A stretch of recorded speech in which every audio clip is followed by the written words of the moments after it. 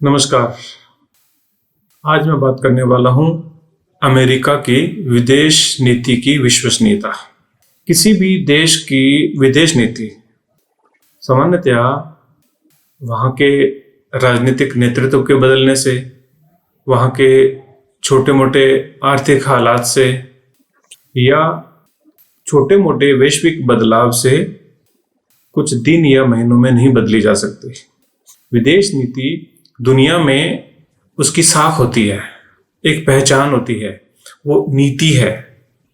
और नीति का निर्माण कोई व्यक्ति नहीं करता है, वो देश के बहुत उच्च स्तरीय ब्यूरोक्रेट्स करते हैं, राजनीतिक लोगों से सलाह लेकर के। लेकिन इन दिनों अमेरिका की विदेश नीति सबको मालूम है कि उसे क्या हो गया। ये तो ऐसा हो गया है जैसे हर दिन सुबह उठ के देखना पड़ेगा कि आज अमेरिका में क्या चल रहा है, वहां की विदेश नीति क्या कह रही है। ये स्थिति किसी भी देश के लिए अच्छी नहीं होती है, और खास करके जब वो देश विश्व में अपने आप को सबसे बड़ा, स्ट्रॉन्ग और पावरफुल मानता हो। बहुत सारे उदाहरण हैं जिससे अमेरिका की विदेश नीति की अस्थिरता को समझा जा सकता है। सबसे साधारण चीज, कई दशकों से जो वो WHO को फंडिंग कर रहा है, तो अब उसे लगने लगा है कि नहीं, WHO को फंडिंग नहीं करूंगा और मैं उसका सहयोगी नहीं रहूंगा। खास करके ट्रंप के आने के बाद ऐसा ही नेटो को लेकर के ट्रंप प्रशासन ने बोला है।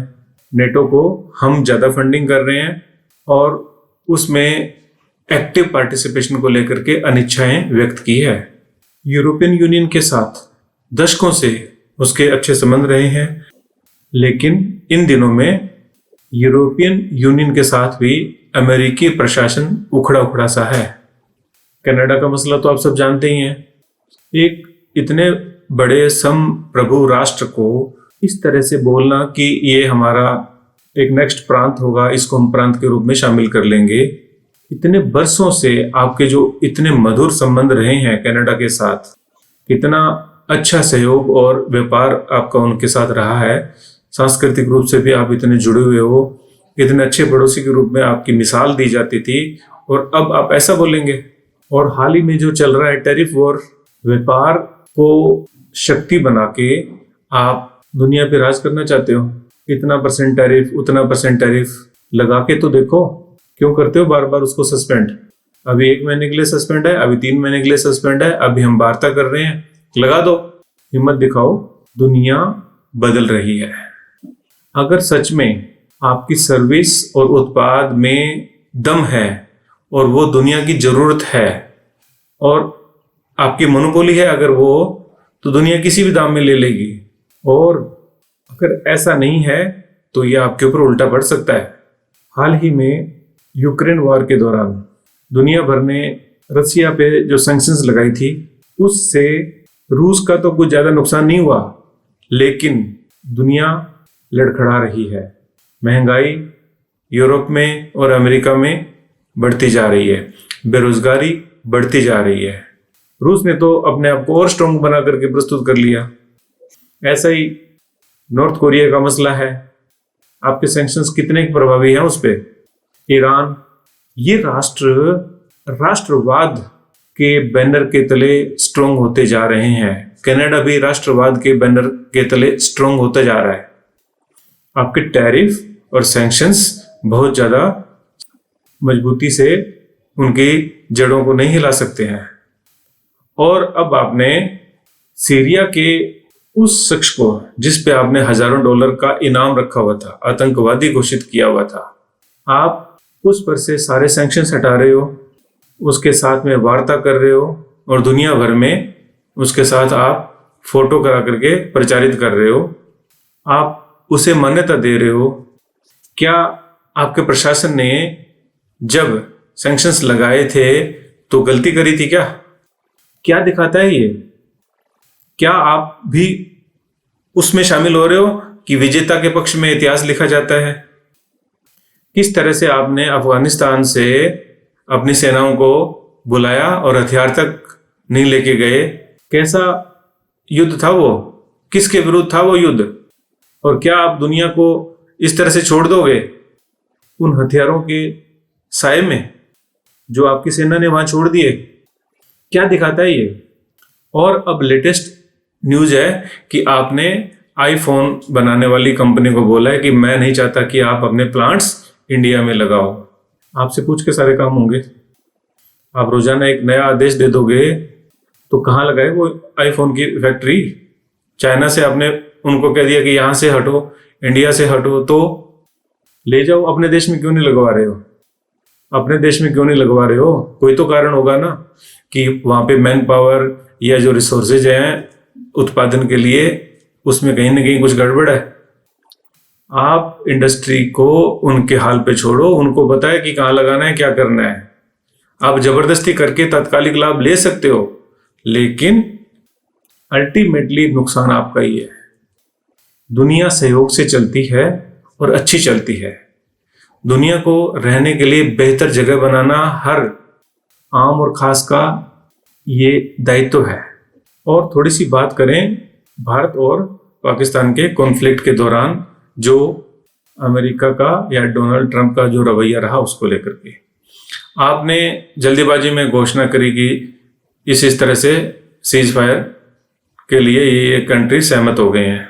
इंडिया ने तो कभी नहीं कहा कि यह सहमति आपने करवाई है। पाकिस्तान ने जरूर बार बार आपके साथ दुनिया के कई कंट्रीज को थैंक्स बोला है, उनका आभार व्यक्त किया है। इंडिया तो आज भी मजबूत है। उसने तो चैलेंज दिया है कि अब अगर आप हिमाकत करके देखें तो परिणाम भुगतना। एक्ट ऑफ वॉर कहना किसी टेररिस्ट एक्टिविटी को कितने देश ऐसा बोलते होंगे? और अगर आपने सच में ही मध्यस्थता करके सीज फायर कराया होता तो क्या इंडिया को डर नहीं लगता क्या कि भाई आपने तो बोला है इसलिए हम आपका नाम नहीं ले रहे हैं, तो क्या करोगे? डर लगता।